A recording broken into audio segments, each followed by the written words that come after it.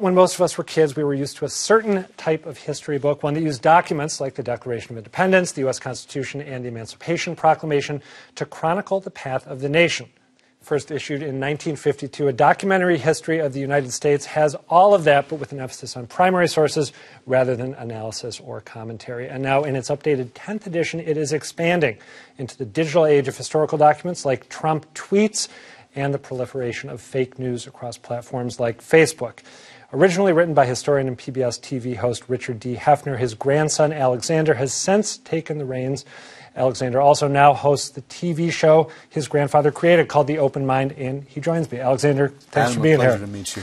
So give me the family history a little bit more. I gave a very abbreviated version, but how did you end up taking this project or this enterprise over from your grandfather? He wanted me to be devoted to Cleo, the muse of history, and perpetuate this volume. It was the first of its kind when it was created. There was no such anthology that collected Paine's Common Sense and Lincoln's Emancipation Proclamation, and later on, as it was updated further, Dr. King's letter from a Birmingham jail. So collectively, it is the history, the documents that forged the United States of America. And he imparted to me, both when we updated the volume together for its 9th edition, and then subsequently that he would like it to continue to have a life of its own.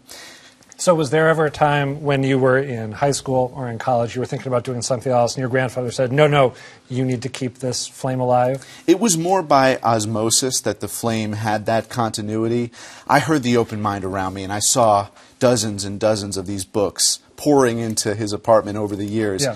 And those documents that I learned about in grade school and then had greater application throughout my life, from my early education at Andover to Harvard to starting my graduate work later on, then commencing The Open Mind. To me, there could be no more urgent task than preserving, safeguarding real history, safeguarding things that actually happened. Yeah. Right. All right, let's get to that in a Yes. moment. Hold that thought. But I'm sure you get this question all the time. I'm going to give it to you here. Anyway, you must have people always say, why do you need, bound together in one volume, component parts which you can get online in the blink of an eye? I mean, if you want to look up Thomas Paine, or if you want to look up what the president had to say about Barack Obama's birth certificate allegedly being forged, you can do that like that. So what's the advantage of having them together in one book? Well, I think print is obsolete now to the extent that we rely upon digital documentation, which often can be pervasively dishonest or disinformation rather than genuine, authentic. So back in the 50s, there was nothing like this anthology because there was no Google and you couldn't immediately find Kennedy's inaugural address.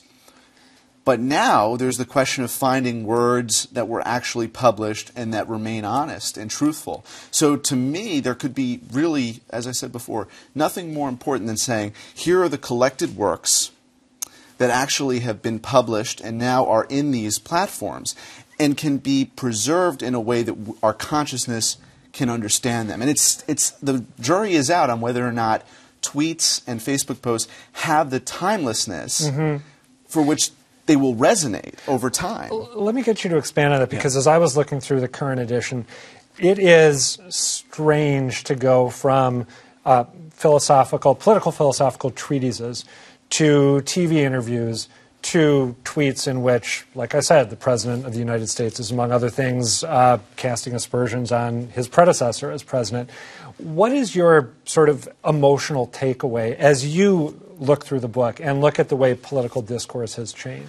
It can be disheartening. Just being here this past weekend, seeing the Kennedy Library, looking at nuance and civility in our discussions, Kennedy, Nixon on the same stage, discussing points, but there was no vindictiveness or animus then, and that has built a culture of political capital on tricks and discord. To me, the discourse is really important, and preserving sanity and preserving civility, I'm guessing you want to say? Civility, but we started updating the 9th edition with interviews that Vice President Cheney did justifying the Iraq War and the blowback thereof. Now we have to look at how these tweets and posts affect our absorption of information and whether or not we're going to be true to facts and the creation of public policy, whether it's going to be an impulsive act or something that's developed through genuine deliberation. And that's why I think the platforms matter just as much as the substance and context of those speeches, of those documents. Well, and that gets to this huge, bigger question, which goes beyond history, about whether sort of reasoned, careful, considered policymaking or just thought generally is going to be possible in the age of social media. Right? And I think it is possible because we have Trump tweets, we also have Jeff Flake's speech. And if it hadn't been published at this point, we would have used his Harvard Law School commencement address, because that got to the point far more urgently than his farewell address from the Senate floor. But you see an alternative to Trumpism as the discourse. I mean, look at the arc of this book. This is a book that includes the Dred Scott decision, which reaffirms slavery's constitutionality. So you have to judge it within the decade that you're updating it. And I think in 2020 or 2018, the only successful Democratic candidate running against Trump will be someone who can actually take this Twitter discourse, this Twitter conversation, and beat Trump where he thrives. And then that person might bring us back to civility, but it won't Or be... then they just might double down to 140 character, They could. Explosions of anger or pique or whatever. It's true. All right, so in the new edition, you've got Bernie Sanders' speech as well, Trump tweets you mentioned, Jeff Flake, some things involving the inquiries into Russian meddling and the proliferation of fake news on social media. If I read correctly, these are all white men. And I obviously ask this question as a white guy. You're a white guy. Is that problematic in an era where a lot of people are looking for diversity when it comes to gender, when it comes to racial and ethnic identity? And if so, how do you answer people who might say, hey, where are the women, where are the people of color? So your colleague asked the same question at WNET when I taped a segment with him, Metro Focus in New York. It's a fair point. I think it's absolutely fair.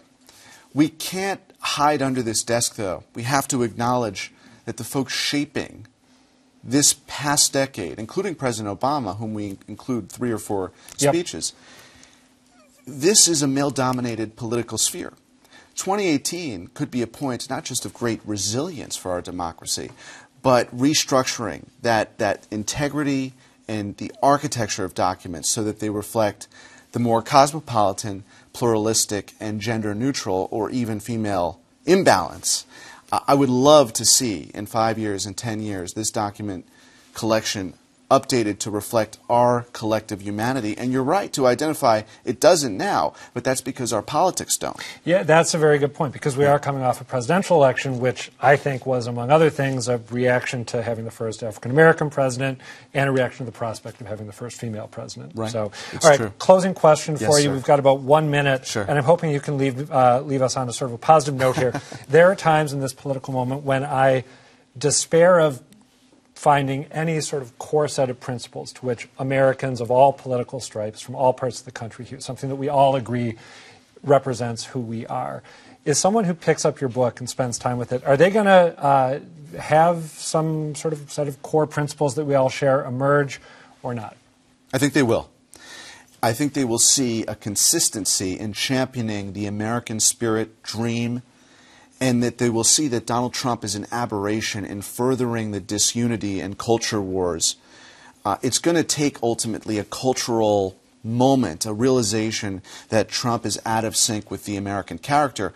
But if you go back to his 2016 acceptance at the RNC, he did not cite one example of a forefather or mother from whom he had inspiration. And that was a troubling moment. I remember that being a criticism at the time. Yeah. And forebode, I think, what we see today, which is a politics inspired more by demagoguery than the democratic instinct, more by an authoritarianism or an authoritarian impulse.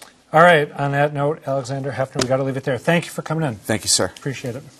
The book, again, is A Documentary History of the United States, now updated for the digital age and the age of Trump.